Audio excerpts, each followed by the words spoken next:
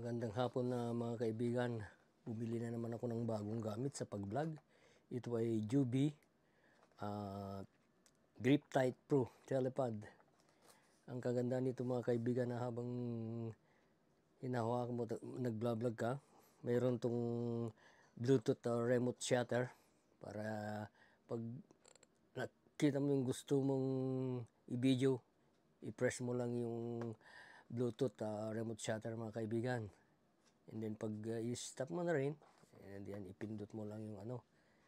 Napakadali ito mga kaibigan. Dapat paunti-unti tayong bumili ng gamit natin sa pag-vlog para mas madali. Yan. At kung anong nakita natin na gusto natin i-video, napakadali. Maraming salamat mga kaibigan sa inyong panunood. Advance Happy New Year mga kaibigan.